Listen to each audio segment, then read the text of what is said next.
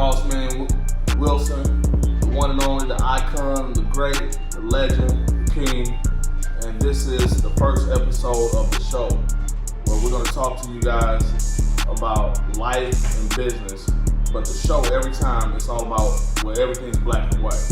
So Leonard, today we're talking about timing in life and timing in business. With you having your experience in life and in business, what's one of the most important things about timing in life, that you've seen from a kid on to a grown man? Understanding that, first of all, you don't know everything. A lot of times we go into life and understand that going down this road and you see certain things and you just totally blown away to the fact of, should you trust that route? A lot of times things in your life supposed to happen, but at that time when it presents itself, you might have missed it. And then you realize 5-10 years from then that you missed it. As opposed to just listening to, what's in front of you. Because when I grew up, when my dad said something, my grandfather said something, my uncles, aunts, wherever in the neighborhood that's older than me, and I listened. That was the law. Nowadays, when you told something, it's I don't know, it's a different era right now. And a lot of people missing the boat. And I see it because I understand it, because I was one of those kids that just followed. Even though I understand it, I just followed. But I also watched the kids that had everything in life but didn't follow. And I saw where they are and I saw where I am today, and I understand why I, took the right route.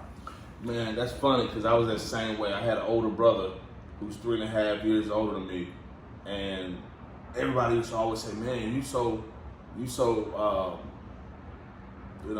in a good position because you got somebody that's walking you through the game, somebody that's telling you do this, do that, and you really doing it."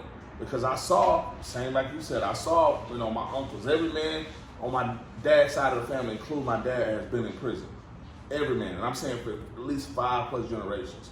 I know for sure my dad, my grandfather, my great grandfather. I know for sure those three. So I'm gonna go back two more generations. So I had an older brother that said, okay, in high school, join different organizations because that's gonna help you get scholarships. Fill out scholarships early. Apply to colleges early. Study for your SAT, ACT early. Play sports. Run for class president. Run for student council president. Run for FCA president. And I listened to my older brother's advice, and that kind of gave me a step ahead than my peers. And I also hung around older people. All my life I hung around people that's 5-10 years older than me, and so they taught me the game ahead of time. So people that was on my level, that was my age, I ran circles around them. So I believe that's just as important, ladies and gentlemen. In life, if you don't seize the moment, if you don't listen to those who went before you, because there's a famous saying that says there's nothing new under the sun. So we always think we got to recreate the wheel, but my dad has seen my life, but just in a different era. Your dad has seen your life, and your son is, I look at my son and I'm like, man, I can tell you everything to do in life because I've been there. But a lot of times we don't have that father figure. We don't have that mentor. We don't have that big homie. We don't have that person that we look to or admire. And I had both. I had men that had success, and I watched them and I said, I want to be like them. I had men that I saw could have had success. They didn't take the right decisions on it. Like I said, timing, they didn't seize the moment. They didn't have it. And I had both choices in front of me. Being from the hood, it's either you can be product of your environment or you can do better. And I said, once I become of age, at the age of 16, I graduated high school, was on my own from that point on, and hadn't been back in my mom's house since then. Hadn't asked my mama for anything pretty much since then. And it was kind of all because I seized the moment and listened to my elders and those that were before me and just took good advice, So time in life is important, So let me ask you a question, Mr. Williams. Wouldn't you say that now in today's, let's say millenniums, let's say that we're talking to millenniums, I think that we kind of pass the boat up on these young kids because due to the fact of they don't have no sense of direction, no hungriness, and really no father figures, nobody around to educate them on how to, and what path to go on, what not to do, what to, how to, control yourself. how to conduct yourself, how to dress. I think that we kind of missed the boat on that. I think we kind of lost them. We didn't miss the boat. We failed this generation. Absolutely. We failed this generation because there was no equal medium, where there was no bridging of the gap, because they were dependent on Flavor of Love. They were raised on reality TV. We was raised on Family Matters. We was raised on Good Times. The Cosby Show. We were raised on where there was, a father figure or a structured family. That's what we saw. Yeah. I wanted to be like James Evans. I wanted to be the hard-working blue-collar man, or I wanted to be like, the doctor like Bill Cosby. Yeah. So, they were raised on Flavor of Love. They were raised on, Love and Hip Hop. They were raised on Basketball Wives. They were raised on reality TV and all these different things and social media. That's their people that they idolized or looked up to. When we had, the pastor in the neighborhood, we had the basketball coach, we had the football coach, we had, it might have been a big time drug dealer that said, listen, you're not gonna take this route. Mm-hmm. I'm gonna make sure, that you stay in school. I'm gonna make sure you stay active in sports. We had just some influential people, but then we was kind of raised on, well, at least me, you two, we was kind of raised on that hip hop gangster era, where it's like, you really want to be with the shit. Yeah. You really want to be out here in the streets, because if you do, it's gonna lead to jail or dead. Yeah. So I think this generation, they're so caught up in video games and social media and reality TV, they think they got two lives. I think they can press the reset button. Yeah. And so also I think we failed them because we didn't, discipline went out the door when they said you can't whoop kids no more. Yeah.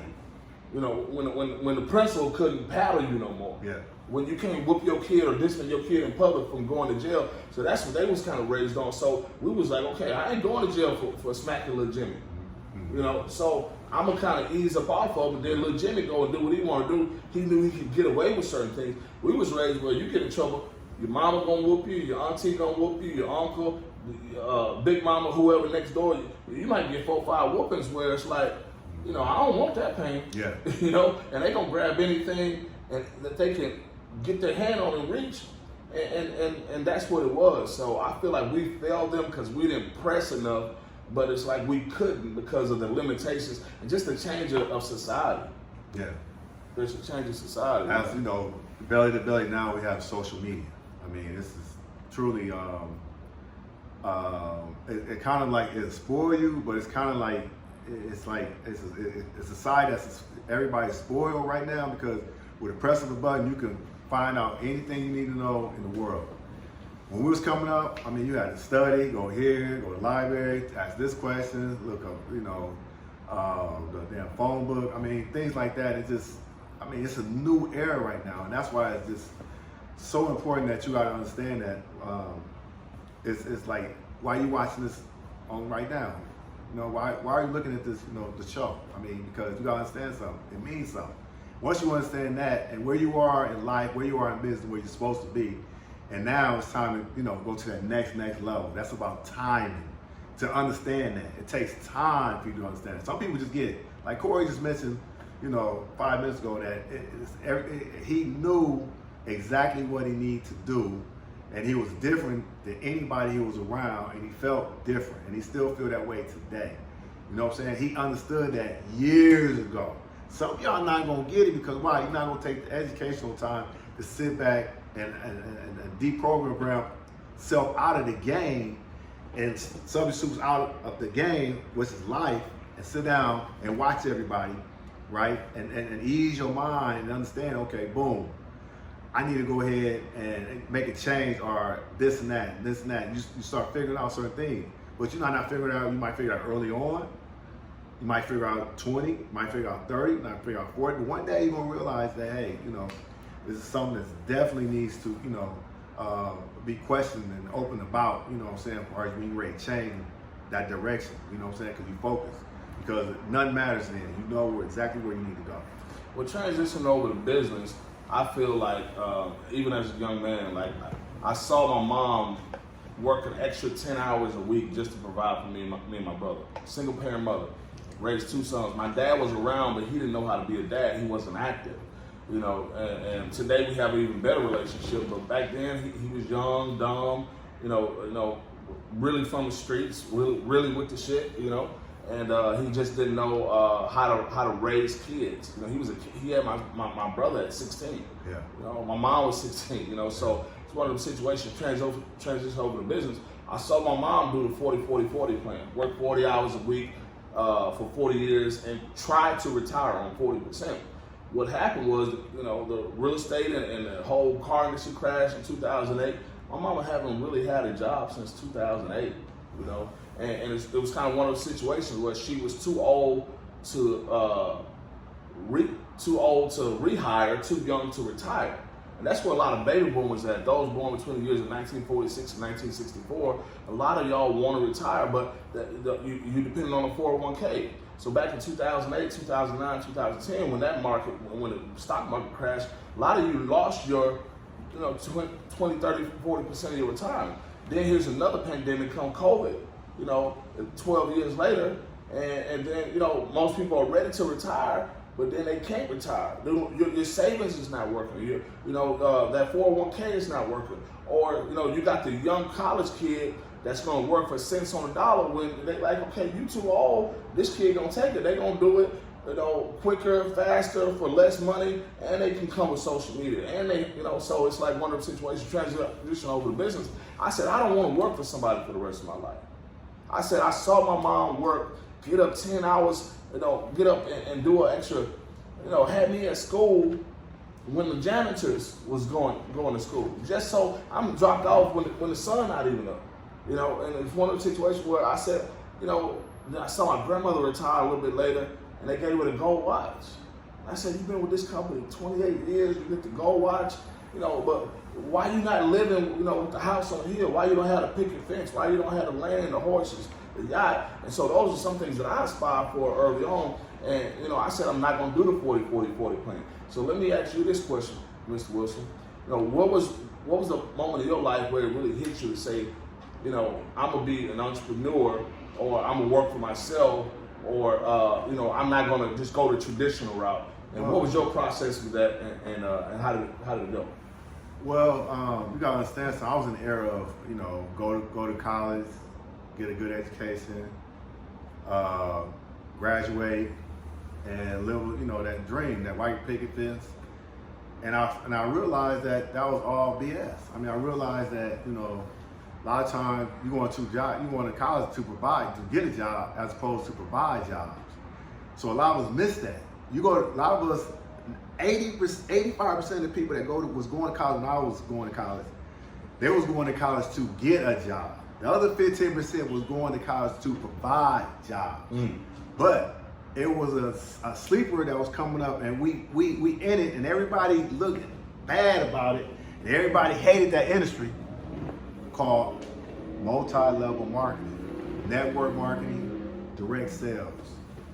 Get in, and in sales, you get a team, you get a percentage. I mean, that's everything you do is network marketing. Anything that's making money today is network marketing, okay? Basketball, what I like, NBA, network marketing, because why? The meeting is what? The game on right now. That's the meeting, right? So then everybody tune into the meeting, right? And you paying a subscription to go to the game, right? Then you getting money off the stands, right? That's network marketing. So when I saw this, I'm just sitting back and I'm watching this, and my grandma, she like, oh my God, once you go to college, and graduate, I mean, that's what she wanted to see. I mean, she said after that, a year or two later, she passed away. I mean, it totally blew my mind. I realized that she really wanted me to graduate, so you can tell everybody that my grandson graduated from college. Totally just blew my mind. So, but back to what we were talking about. So, I went to college, got a degree, broadcast news management, basketball, tried out for Dallas Mavericks, and then Oklahoma City Cavalry, and then next thing I know, I was engaged to a lovely young lady, a dentist. She was going to Baylor Dental School, and what took place is that we had a plan. 4 years, if I don't make it to the NBA or go overseas or whatever, boom, we need to go ahead, tie the knot, move from Dallas to Houston. So next thing I know, we moved to Houston, and time's up. 4 years went by. I got a degree, broadcast news management. Now, okay, now I got to figure out how to make money. Now I got to figure out what to do, right? I get a phone call, one of my best friends say, hey, Lay, I got this opportunity, I want you to be my uncle. Bet coach, we call him Coach, Calvin Collins. Bet Calvin Collins, he said, we're going to get in this game called, direct sales, multi-level marketing. We're going to make a lot of money. Boom, I entered the game. I learned, I read Brian Tracy, Zig Ziglar, Les Brown. I went from not reading in college to having a library of 50, 100 books, right? How I can make six figures and still going to the gym and still doing what I wanted to do, because I realized that I don't like working from 9 to 5, because that college stuff, it was cool, but I just saw how a lot of people was going to college, and next thing you know, they graduate from college, they broke. They ain't got no money, they make six figures. I was like, that's not the American dream. The American dream is getting up when you want to get up, buy what you want to buy, go where you want to go, and talk crazy when you want to talk crazy too.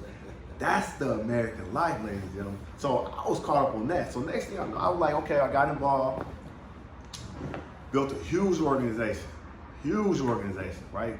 I'm talking about early 2000, 1996, all the way up 2000. Huge organization, right? And very successful. And I realized at that point that, I believed in that person, Coach Collins. No, actually, my best friend, Zach, was his uncle or his cousin, Coach K, Calvin Collins. And that took me to that journey and showed me how to make six figures. And, I was patient enough to make six figures. And I trained a lot of people in this industry today, and that's what I love about it. I wasn't one that made a lot of money at that time off everything. I was one of those people that was taught and teaching and everything like that. And that's why I want to give back to everybody that's listening to us today. Mr. Corey Williams. Yeah, but one of the things, and I met you on that journey years ago. I'll never forget the Holiday Inn right off of 610. I walked in the room, and saw you and several other icons that are in this industry. We're gonna have them on the show here, ladies and gentlemen. We still brothers. We're all in the same game, but just different vehicles. We all have a lot of genuine respect for each other. We've all come into our own right to be able to, to stand in front of, crowds of thousands and do podcasts like this and be able to give the game to people, because I feel like I'm doing a distrust if I have all this knowledge and I'm keeping it to myself. So when it comes to business, I remember in college, I was wanted to be a theater major. I was a theater major. I did films. I did plays. Billboards, commercials, all that. I was making good money, but then I just was like, a lot of times I had more money than my mom had. My mom always was like, even in high school, I had 3 jobs in high school, so multiple sources of income. That's who I am. I'm Mr. Know It. Why not make no excuses? I'm Mr. Never depend on one source of income, and I've been that way for years. Because if you ever depend on one and something happens, then you stuck out of luck. But I've always been the one to say I want to control my own destiny. And I've listened to other opportunities. See, a lot of people say no to something that they don't know what they're saying no to. See, a lot of people are passing up on opportunities thinking that it's going to come back around. But guess what? Opportunities may or may not come back around, but usually it'll pass you up and go to the next person that's prepared for the opportunity when it presents itself. So, ladies and gentlemen, one thing I can always tell you is that there's 2 kinds of people in the world: somebody buying and somebody selling. Which side do you want to be on? Do you want to be the producer or the consumer? And you just got to position yourself, whether it's going to write that book, whether it's, starting that podcast, whether it's starting that DBA, whether it's getting that website done, whether it's, not just saying, okay, if I don't have the money to start the business, listen, somebody has the money, somebody has the idea, and somebody knows how to execute it. If you got 2 out of the 3, you're in good shape. So a lot of times people don't depend on these philosophies that we've learned over the years. Like Robert Kiyosaki says, OPE, other people's efforts, other people's money, other people's ideas. Listen, if you don't have the money, go find somebody that has money, don't have the idea, and you give them a lesser percentage, and you use somebody else's money, and you execute it. So it's all about team building, because 2 is better than 1, 3 is better than 2. And when you can put combined efforts, combined intellectual properties, combine ideas, and J. Paul Getty, one of the first documented millionaires in America, said, I'd rather have 1% of 100 people's efforts than 100% of my efforts. A lot of times, I can't work 100 hours a week. But me and Mr. Wilson and our associates and our friends that are close to us, that's amongst our circle, the power circle, the inner circle, if it's 10 of us, we can do 10 hours a week to do 100 hours. 100 hours pays all of us. We're in good shape. So it's all about timing in life and timing in business that will get you to that next level. Now, you have to be prepared for the opportunity when it presents itself. There's a famous phrase that says, I'd rather be prepared and not have an opportunity than have an opportunity and not be prepared. See, a lot of people, they're not prepared. They're not willing to put the blood, sweat, and tears in. They're not willing to keep going. A lot of people always ask, well, what's the key to success? It's consistency, and it's not giving up. So. So Ms. Williams, what would you say right now? Because I know today we had talked about it. We had an early meeting, and today we had talked about, the 5, companies that you can get involved in right now. What 5 industries right now? What 3? It was 3. No, it wasn't 5. It was 3. It was 3 industries that people should take a look at and get involved in right now. Take advantage of. If I was you, but I'm not you, but if I were you, whoever you are, wherever you are in the world, I would get in the digital industry, anything digital. I happen to be in digital currency, Forex, cryptocurrency, the stock market, that's digital currency. So I would involve you to get, learn how to trade. Learn the trade of trading. Listen, this is something that I looked at years ago and didn't understand it, but then I saw 20 and 30-year-olds making 6 and 7 figures, that don't look better than me, that's not smarter than me, but it's 20 and 30 years old making 6 and 7 figures, and then someone making 6 and 7 figures a month, and I'm like, no, nobody, I'm not gonna let them run circles around me. So those are the ones, ladies and gentlemen, that you see it when on a trip with your wife, and you see somebody there with a computer pull out the laptop, about 30 minutes, beach money, and they just on it with their feet up, and that's happening. And you see it, but you don't see it. Back to you, Corey. Yeah. So the whole trading industry, learn to trade the trading. It's the new wave of money, and it's going to change our lives. See, years ago we didn't have access to it. The Wolf of Wall Street, the kid that lives in the Hamptons, little Johnny, I want you to go work on Wall Street and manage our funds and manage our friends' funds. See, little Johnny just gives you a small percentage. Little Johnny give you $20,000, for the year, and you're like, little Johnny, man, I'm excited. I've never made that much money, $20,000 on my portfolio for the year. But little Johnny's keeping $80,000. But little Johnny got 10 other clients like you, so you see how he come up real fast. So get knowledge of the Forex, cryptocurrency, stock industry, or get with somebody that can teach you. There's nothing wrong with being a copycat as long as you're copying the right cat. Mm-hmm. So it's the Forex, the whole financial literacy industry. See, we were raised where, because we didn't have no financial literacy. We were illiterate. We, not knowing how to, illiterate means you don't know how to read. Not having financial literacy, you don't know what to do with money. So financial literacy. Number 2, the whole cannabis industry. Ladies and gentlemen, what if you got a part of Moet Hennessy, LVMH? Go look up a website called lvmh.com. You'll be surprised. They have hundreds of brands. One of the most profound brands in the world. What if you were a part of liquor, or you invested in the liquor industry before Prohibition, or when Prohibition was almost over? We wouldn't be having this conversation. You'd be multi-billionaire. What if you were a part of the cigarette industry before bootlegging with cigarettes came on? So that's how big the cannabis industry. 20 plus states right now it's legal in. Mexico today just legalized, just passed a law. It's going to be legal in Mexico. It's already legal in Canada. Now the United States just wait. In the United States, it seems that in California, when it first became legal in California, in 18 months they paid off that debt. See, listen, you don't have to eat dog food to be a part on a Purina. See, Warren Buffett said, what you enjoy should be your hobby, but what the world does should be your business. Listen, get in the cannabis industry, plants over pills. See, some people the older generation look down on cannabis, weed, but listen, it's getting rid of glaucoma, it's helping with pain, it's helping with, with cancer. Get in the cannabis industry, whether it's tech or whether it's investing in the cannabis stocks or whatever it may be. Then also the virtual reality and tech industry. Ladies and gentlemen, once upon a time, we're going to be able to see what we can step into. Right now, you're seeing people are putting these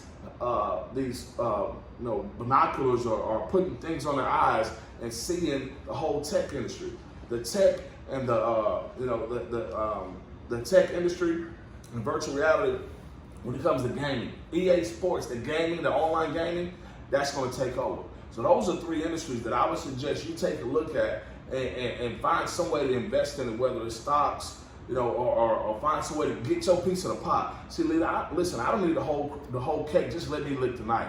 Just let me get the crumbs. Let me touch the hem of the garment of a multi-billion or $1 trillion industry. Then that changes the socio-economic situation for me and my kids forever. So those are three industries that I would encourage you to get in. The whole financial industry when it comes to cryptocurrency, forex, stock. We'll talk about that later in some more depth. The cannabis industry, the virtual reality, and tech industry. And just to add one more, coding.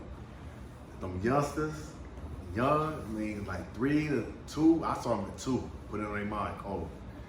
2 to 12, put them in the code so they understand the background and how dynamics of how, the algorithms and things like that, how that works. That's just to add that on top of, what Mr. Williams just said. That right there that's it right there. We talking about, this is the industry, this is the timing, because everything's about timing. What we're talking about right now, let's talk about timing right now. There's going to become more wealthy people in America, in the world's history. There's going to be a lot of ordinary people overnight become wealthier overnight digitally, because the platforms they on are you involved in something overnight, right? Going to become more financially wealthy in the world's history. Watch. And it's happening because of technology. Yeah. And ladies and gentlemen, here's the thing. There's going to be a day and a time you're going to say, I saw Crypto Corey and I saw Mr. Leonard Bossman Williams on this look, or wherever platform you may see this at, and they were giving me some game, just a little bit of game. This just a spoon feed. This just to let you just smell it, feel it, touch it just a little bit. Give me some game on timing in life and timing in business. And ladies and gentlemen, if you ever capitalize just on a few of the nuggets that we shared today, your life will never be the same. Ladies and gentlemen, that's our time for today. We'll see you at the top or from the top. This is the show where everything is black and white.